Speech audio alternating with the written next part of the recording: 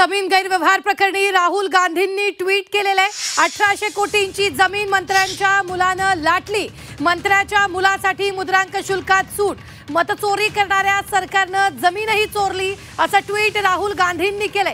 Zee 24 तासच्या बातमीनंतर Rahul गांधींनी हे tweet केलेलं आहे। झी 24 तासनं ही बातमी दाखवली आणि त्यानंतर मोठ्या प्रमाणात या सगळ्या प्रकरणाची सखोल चौकशी व्हावी अशी मागणी करण्यात येते। दरम्यानच आता राहुल गांधींनी सुद्धा या संदर्भातलं ट्विट केलेलं आहे।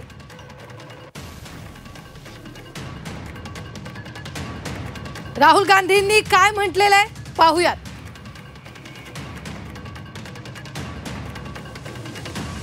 महाराष्ट्रात दलितांसाठी आरक्षित असलेली 1800 कोटींची सरकारी जमीन मंत्र्यांच्या एका मुलानं अवघ्या 300 कोटी रुपयांना विकत घेतली। त्यावरील मुद्रांक शुल्कही माफ करण्यात आलं। म्हणजे एकतर लूट त्यावर सरकारची सूट। ही जमीन चोरी आहे, त्याच सरकारची जे सरकार मतांची चोरी करून सत्तेत आलं। त्यांना विश्वास आहे कितीही लुटमार केली तरी सत्ता पुन्हा त्यांनाच मिळणार। त्यांना ना लोकशाहीची पर्वा आहे, ना जनतेची, ना दलितांच्या अधिकारांची, असं ट्विट राहुल गांधींनी केलंय।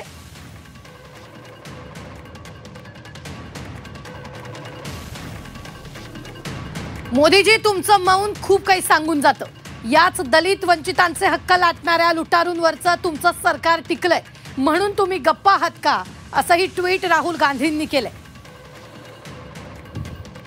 या संदर्भात ताजे अपडेट देत आहेत आपल्या प्रतिनिधी मनश्री पाठक। मनश्री, झी 24 तासच्या बातमीची दखल राहुल गांधींनीही घेतलेली आहे। त्या संदर्भातलं ट्विट राहुल गांधींनी केलेलं आहे। हे प्रकरण आता जसजसं पुढे जात आहे आणि जसजसे याच्यातले पुरावे आणि अधिक ते पदर समोर येत आहेत तसतसं या प्रकरणाची दखल आता केंद्रीय पातळीवरच्या नेत्यांनी सुद्धा घेतल्याचं आपल्याला लक्षात यायला लागलेलं आहे। राहुल गांधींनी जे सातत्याने गेल्या काही दिवसांपासून वोट चोरी या मुद्द्यावरती बोलतायत, त्यांनी वोट चोरीचा दाखला देत असतानाच जमीन चोरी एकदा महाराष्ट्रात होते असं सुद्धा म्हटलेलं आहे। सगळ्यात महत्वाचं स्टॅम्प ड्युटी सुद्धा हटवण्यात आलेली आहे। याच्यावरती प्रचंड नाराजी राहुल गांधींनी व्यक्त केलेली आहे। एक तो लूट और उस पर कानूनी मुहर में छूट अशा शब्दांमध्ये राहुल गांधींनी आपल्या ट्विट मार्फत, आपल्या एक्सवरच्या पोस्ट मार्फत आपला निषेध व्यक्त केलेला आहे, संताप व्यक्त केलेला आहे। ज्या पद्धतीने हे सरकार स्थापन झालेलं आहे महाराष्ट्रातलं, या पद्धतीवरती कायमच राहुल गांधी हे बोलत आलेले होते। कारण अर्थातच राष्ट्रवादी अजित पवारांचा पक्ष हा महायुतीतला सत्ताधारी पक्ष आहे, एक घटक पक्ष आहे आणि अजित पवारांची मदत घेऊनच या ठिकाणी महाराष्ट्रात सरकार स्थापन झालेलं आहे। इतकंच नाही, अजित पवार उपमुख्यमंत्री आहेत। त्याच्यामुळे आता थेटपणे सरकारला प्रश्न राहुल गांधींनी विचारलेला आहे।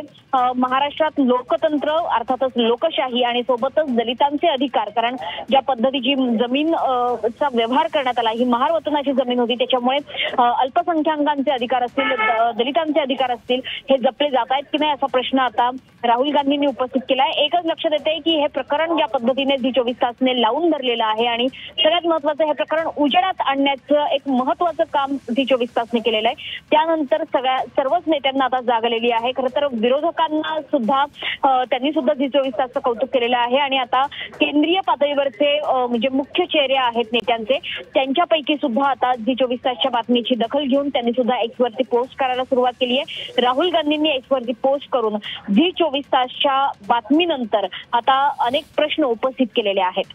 निश्चित धन्यवाद मनश्री ताजे अपडेट देण्यासाठी। आम्ही वेळोवेळी तुमच्याकडून या संदर्भातले ताजे अपडेट घेत राहणार आहोत।